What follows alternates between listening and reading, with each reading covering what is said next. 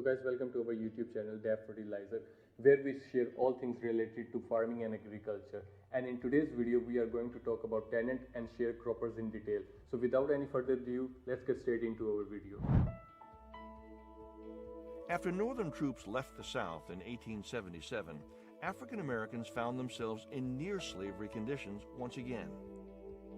Without land of their own, they were often reduced to sharecropping, working the land of their former masters in exchange for a share of the year's harvest. So guys, tenants and sharecroppers are basically just farmers who don't have access to their own land.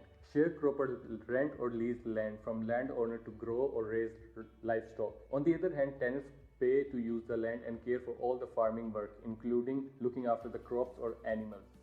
So that is just a short introduction of these two terminologies. So now let's dive straight into the history of these two terminologies. After the ending of Civil War in 1861, many blacks and whites who were recently freed from the colonization of European powers had to leave their land due to poor economical condition, and they didn't have enough money to buy the land, seed and animals.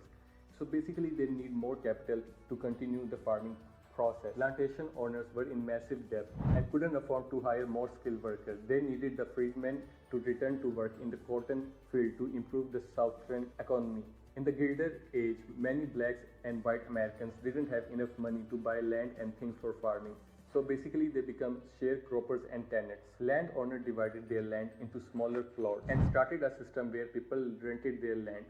Landowners provide food and things to the worker, but later subtracted the cost from what the worker earned from the harvested crops. Over the year, harvest and unstable crop prices pushed more farmers into renting land, leading to rise in tenant farming. And by the end of 1890s, around 1 in 3 white farmers and 3 out of 4 black farmers become tenants or sharecroppers due to financial constraints. Now, what is sharecropping after all?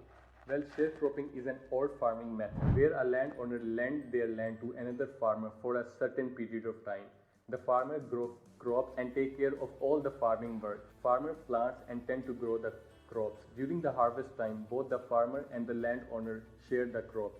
Usually, before they start farming, they agree that the landowner will get a part, typically around 40 to 60% of the harvested crop. So guys, now let's discuss what is tenant farming. Previously we have discussed what is sharecropping, but now it's time for tenant farming. So let me just give you a short introduction of what tenant farming really is. First thing first, tenant farming is nothing like sharecropping. It is a much bigger idea or a concept. Tenant farmers are those who work on someone else's land by paying rent, sharing profit and or paying tax. The tenant has lived on the land for a while.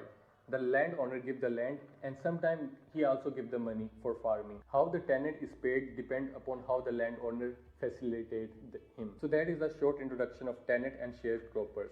Now let me just tell you a difference between these two terminologies. So it is quite obvious that when more people start living in a certain area, they often change how they farm, from keeping large animal herds to growing crops. There are different ways of farming like sharecropping and tenant farming.